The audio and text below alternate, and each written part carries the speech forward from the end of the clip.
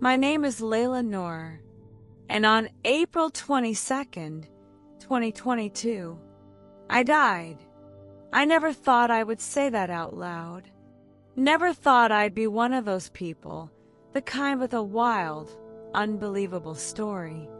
I was a quiet woman, a mother of 3, a part-time warehouse scheduler, and a lifelong Muslim.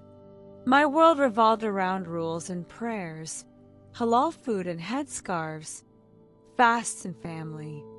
I was born in Chittagong, Bangladesh, but I'd lived in the United States since I was 10, first in Queens, then eventually settling in Richmond, Virginia. And through every city, every phase of life, one thing never changed: my faith in Islam. My parents were devoted Muslims, quiet, respectful people who made religion the center of our home. My father rose before dawn each morning to lead prayer, and my mother taught the children in our neighborhood how to recite Quran with perfect tajweed. I was always proud of that.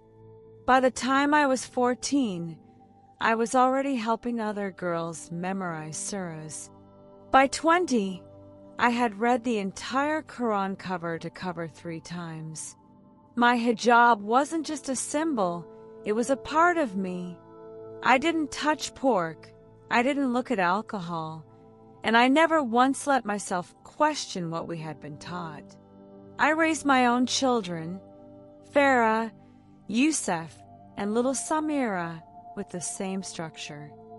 5 daily prayers, respect for elders, love for the Prophet. Fasting during Ramadan was a joy, not a burden. Giving zakat, our annual charity, made me feel connected to something bigger. To outsiders, I was what you'd call the model Muslim woman. I smiled, served tea, volunteered during Eid festivals, and always reminded my kids that Islam was the straight path. But what no one knew, what I barely allowed myself to admit, was that beneath all the outward devotion was a deep, painful dryness, a kind of spiritual numbness. My prayers felt like routines. My fasts felt like discipline without intimacy. I feared Allah's anger more than I longed for His love. And every time I asked why that love felt so far away, I pushed the question down with more obedience. Because questioning meant doubting, and doubting meant sin. That all changed the day I died. It was a regular Friday morning. I had gone in early to my warehouse job. We were short-staffed, and I volunteered to help in a section where a shipment of cleaning supplies had spilled. I didn't realize the ventilation had failed. Within minutes, my eyes were burning, my chest tightened, and the room started spinning. I dropped to my knees, then collapsed completely. I remember gasping. I remember hands grabbing me. I remember the sirens, and then nothing. I was told later that in the ambulance, my heart flatlined. I was clinically dead for 5 minutes and 12 seconds. But I didn't feel dead. I felt suspended, as if I had stepped out of my body and was now floating somewhere just above everything. I could see the paramedics working on me. I could hear their frantic voices, muffled, distant. I felt no pain, no panic, just a strange detachment, like I was watching a scene I was no longer part of. And then, without warning, I was pulled away. It wasn't a tunnel, not the bright light you hear about. It was more like being sucked sideways, out of time, out of dimension. I landed in a realm that defied description, what I can only call a kind of spiritual twilight. It wasn't hell. It wasn't heaven. It was a place between places, a veil between realities. And I was not alone. All around me were presences, not people, Not angels as I had imagined them, but entities. They were aware, watching, not with eyes, but with presence. They stood like sentinels, ancient and intelligent, almost like gatekeepers between this realm and the next. One of them stepped forward and extended something toward me, a scroll, but not made of paper. It glowed, breathed, shimmered. As it unfurled, I felt my life unroll with it, and what I saw shattered everything I thought I knew. Every prayer I had ever prayed, every verse I recited, every fast, every Ramadan, every act of obedience, it was all there. But I wasn't being praised.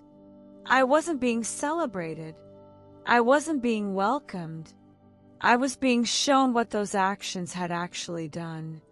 I saw how my devotion, though sincere, had spiritually bound me to a network of deception. How the rituals I had practiced so faithfully had been rooted in something far older, far darker than I'd ever imagined. I was shown the origins of the Kaaba, not as a monotheistic symbol, but as a repurposed site of ancient pagan worship. I saw the black stone, revered by millions, exposed not as holy, but as a kind of spiritual seal, a gateway to a force that was not of God. I watched as the 99 names of Allah were revealed, not just as names, but as incantations. Every time I'd whispered them in worship, I had unknowingly forged deeper bonds with a consciousness that mimicked divinity but had no love in it. The ritual washings, the wudu, were shown to me as mirrors of Babylonian rites, gestures performed not to cleanse the soul, but to bind it to repetition. I saw the prayer positions, the bowing, the forehead to the ground, not as reverence, but as reenactments of ceremonies lost in history and shrouded in secrecy. Even the Shahada, the Islamic creed I had spoken thousands of times, was not what I thought. I had believed it was my path to paradise. But here, in this realm, it was shown to me as a contract, a binding oath, and I had signed it with my soul. But what broke me most was when I saw my children. I saw Farah, Yusuf, and Samira, each one walking down the same path I had walked, not out of rebellion, but out of trust.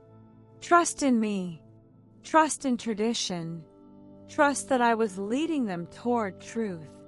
But in this place, I saw the invisible chains forming around them, link by link. Each time I corrected their posture in prayer, each time I discouraged them from asking hard questions, each time I told them to fear Allah more than they trusted Him. I screamed. I begged the entities around me to take me somewhere else, anywhere else. I told them it wasn't fair, that I didn't know, that I had been sincere, that I had loved God. But before I could finish my plea, the realm shifted again. And that's when I saw who was behind it all. I was taken to a place that felt like a throne room, but not like heaven. It was cold, structured, strategically evil. No chaos, no fire, just control. At the center was a being more hideous and terrifying than anything I've ever seen.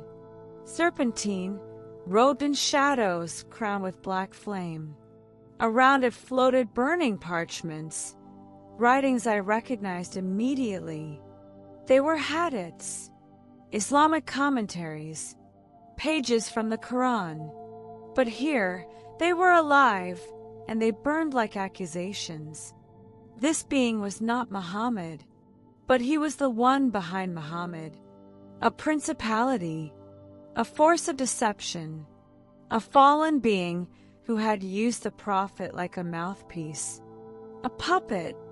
And in that place, I heard the voice of truth, not from that being, but from deep within my soul. A voice I hadn't heard before. It said, Islam was never about truth. It was about power. It was built to deny the sun, to erase the cross, to rewrite the resurrection. My knees gave out. I fell, shaking, sobbing. Everything I had believed, everything I had taught, everything I had sacrificed for was a carefully constructed imitation. A system designed to look like light, but to keep its followers in shadow. I was undone. And then, he came. He didn't descend. He didn't announce himself. There was no thunder, no proclamation. But the moment he appeared, the entire realm shifted, like gravity itself realigned to his presence. The shadows that had loomed so high, so arrogantly, trembled at his approach.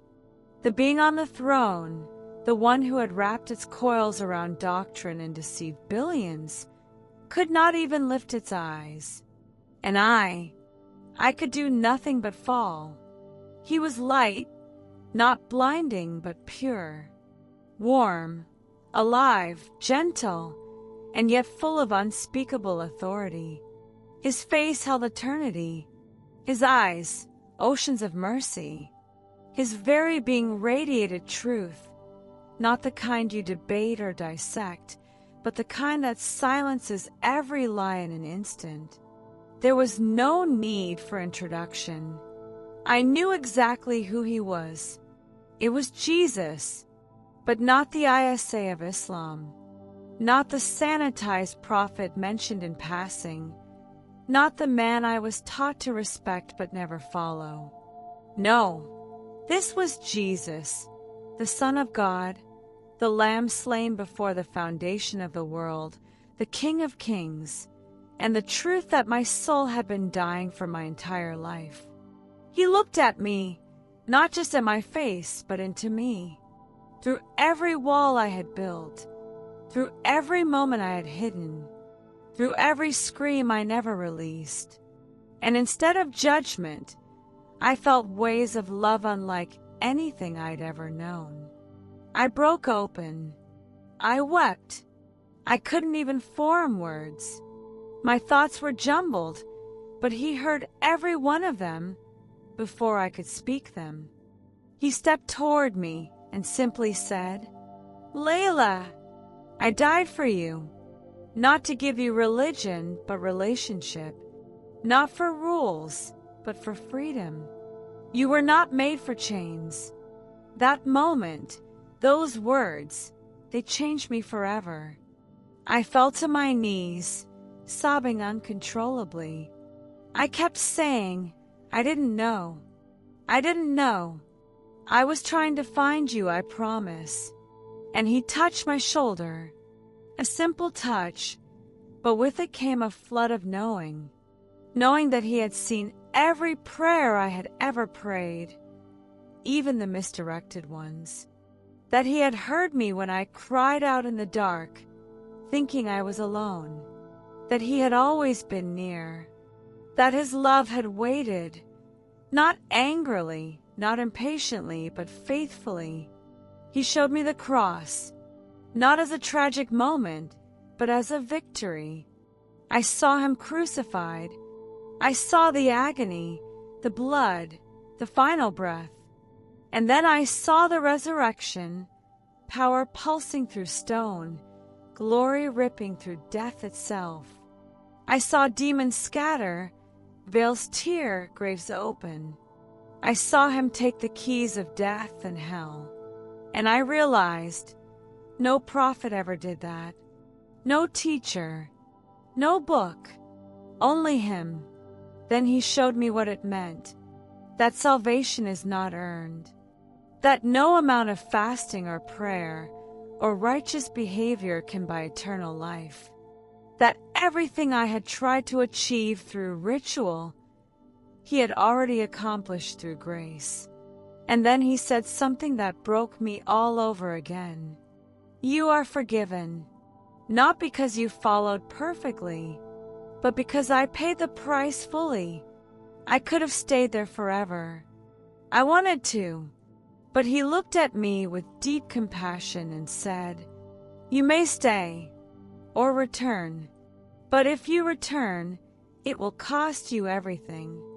I saw it in an instant, what everything meant. I saw my husband looking at me with disappointment and anger. I saw my children confused. I saw the mosque cutting me off, my community turning its back, the whispers, the accusations, the isolation. But I also saw women. I saw Muslim women, quiet, beautiful souls like mine, searching in silence, imprisoned by fear, starving for truth. I saw daughters who had never been told they were beloved.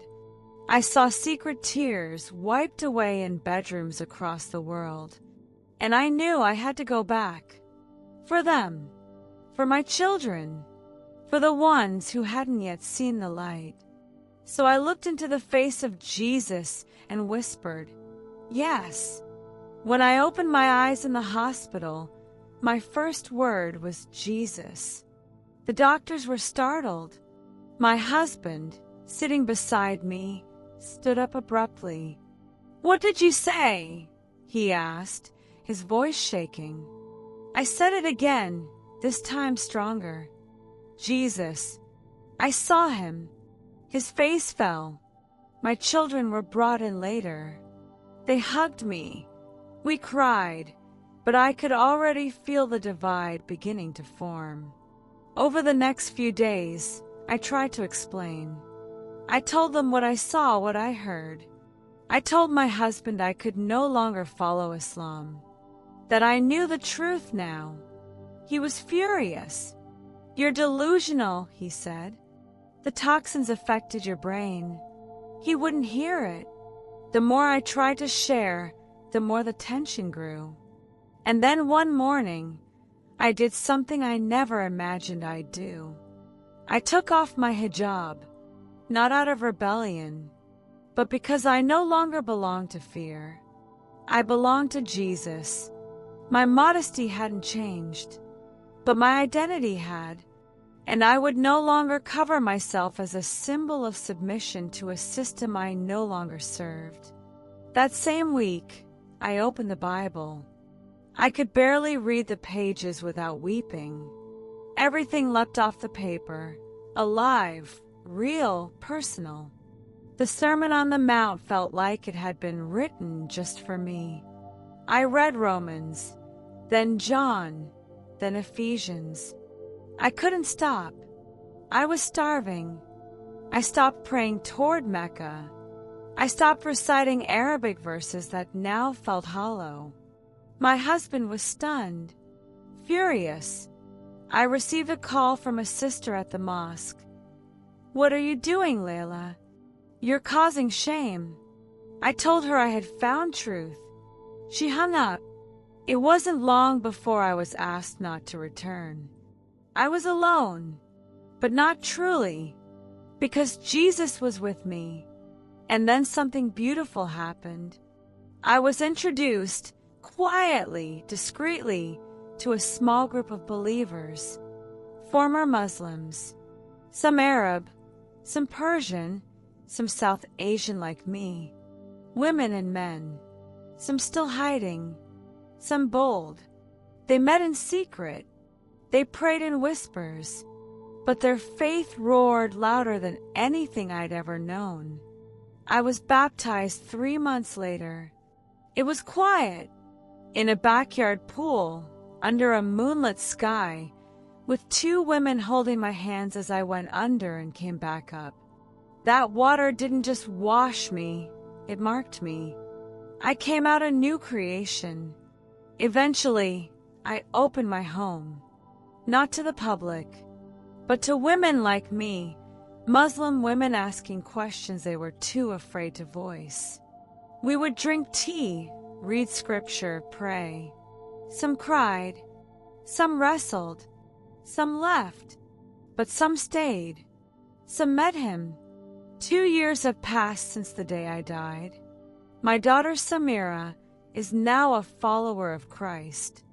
Her journey was slow, careful, but she saw the change in me and wanted to know more. My son Yusef is still questioning, but I see the softness in his eyes when I speak of grace. My husband divorced me, quietly, legally. He took our savings and left. But last year, under a pseudonym, he subscribed to my blog where I share my story. He reads every post. My testimony has since been translated into 6 languages. It circulates through private groups, reaches believers in Morocco, Pakistan, Malaysia. I've received letters from women who were ready to end their lives until they heard about the woman from Richmond who saw what's behind the veil and came back with a name: Jesus. So if you're listening to this and you're wondering if it's real, wondering if you're losing your mind or if the stirring in your chest is from God, let me say this. Yes, it's real. I walked the path of Islam with sincerity. I obeyed. I submitted. I did everything I was told. But I never knew love until I met Jesus. I never felt clean until I fell at the feet of the one who washed me in mercy. I never knew who I was until I heard him say my name. Layla, you were not made for chains. Neither were you. If this story touched your heart, please like this video, share it, and leave a comment. You may not realize it, but your voice could be the seed that leads someone else to Christ. You are not forgotten. You are not cursed. You are not too far gone. Jesus is truth. Jesus is alive, and he's calling your name too. Come home.